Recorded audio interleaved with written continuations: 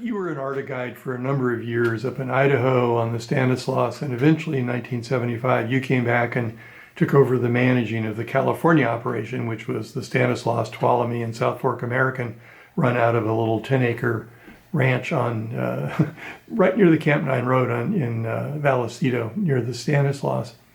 What was it like coming into that role? And how did you approach being a manager of 30 some odd guides and scores of trips every year? Well, I think this is where I discovered that my managerial chops were minimal. But fortunately, when you have a bad manager, you need to have great, quote unquote, employees. We'll call them staff.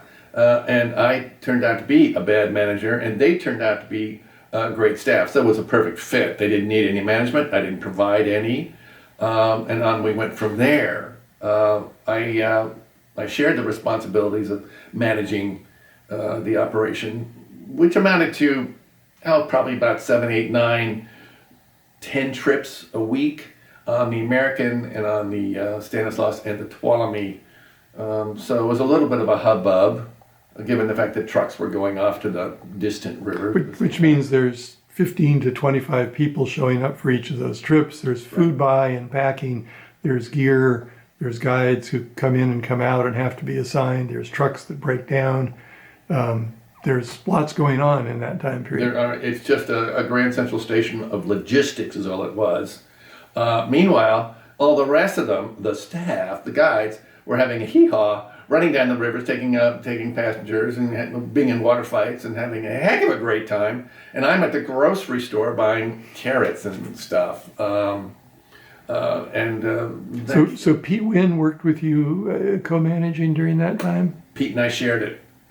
We tended to be like, okay, you take over, I'll go on the river, and then we'll flip it.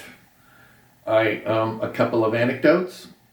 At the time, I was courting my wife-to-be, and she always tells this story with a mixture of emotions. I would, on my way to the grocery store to shop for 25 people in a weekend, I would stop at where she lived, which was a house not too far away, and ask her on a quote-unquote date to go to the grocery store.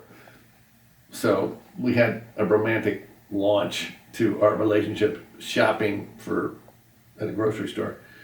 Another time, I remember the truck came back from a river trip. It was early in the season, beautiful blue sky, hot, warm day. Truck was loaded down. The guys were sitting on top of the load because that's what we did. And one of them sat up when they pulled into the ARTA house. And I walked up, met the truck, had the trip go, no stalls, no falls, no flips, no problem. And one of the guys said, that was the most incredibly wonderful trip. He said, the people were terrific. The weather was terrific. We had a wonderful time, no problems whatsoever. And I said, Barry, I just don't feel comfortable paying you for an experience like that. And he was silent. And a couple of days later, the truck rolls in and there's Barry back on top of the truck, and he explains to me, he says, Cass, this trip's terrible, and I would like to be paid double for it. That's how we worked that one. And I remember the whole time being just like one of the highlights of my life, and I always recall this because there's an expression which we all used. At either end of the economic scale, there's a leisure class. And at the time, all of us were occupying just what turned out to be a lovely end. And as I grew up and became the owner of a mortgage and houses and all the responsibilities thereby, I discovered that at either end of the economic scale, there's a leisure class. Turns out to be only half true. We were occupying the half where the leisure class lived, and those of us that have mortgages and bills and so forth and so on, no, that's not the leisure class. The expression should be only at one end of the economic scale is there a leisure class. We were in it. And I remember very specifically at the end of every day, 5 or 6 o'clock, I'd done all the stuff, bought the food, put the trucks on the road, everybody's launched, I had some time. I would, I only tell this story because I enjoyed it so much. It won't matter too much to those listening, but I put my kayak on my shoulder, And I would go out down, walk a few hundred yards down to the put-in road, which was 9 miles from the put-in, stick my thumb out, and some truck would be going down, and I would hop on the truck, throw my boat in the back, and go down to the put-in. And now it's 6 o'clock, something like that. By myself, I would put in and paddle down to the campsite, which was Indian. I believe we called it Indian. Chinese camp. Oh, Chinese camp, right. So we'd stop, and it'd be dinner time. I'd stop.